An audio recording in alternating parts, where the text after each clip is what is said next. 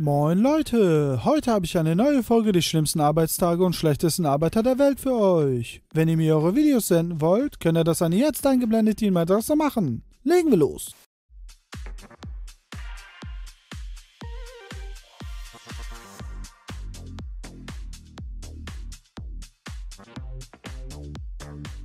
Was hat er da drinne gemacht?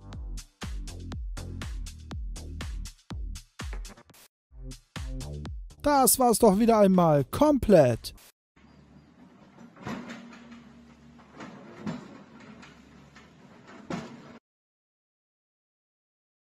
Man sollte doch nicht am Ast sägen, worauf man gerade sitzt.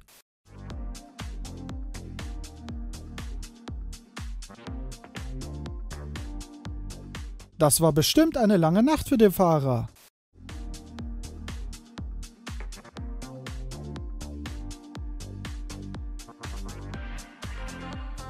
Der Abschlepper hat hoffentlich eine gute Versicherung.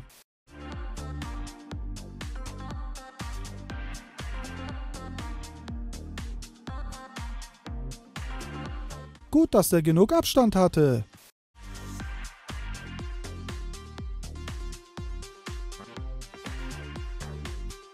Wie ist er überhaupt so weit gekommen?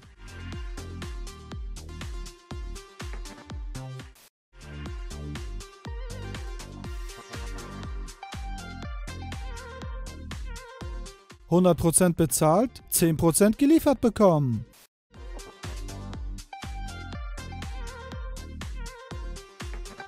Schnell entladen.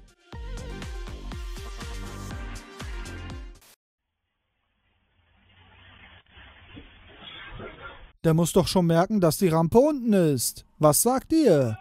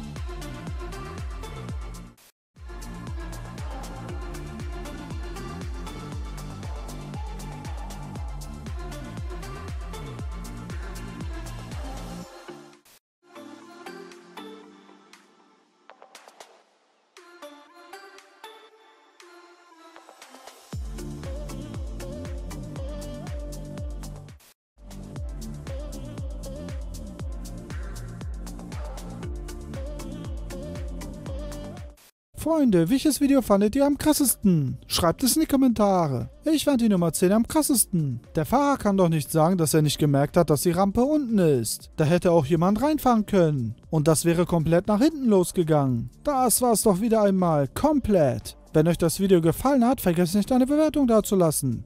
Bis zum nächsten Video, Freunde. Ciao.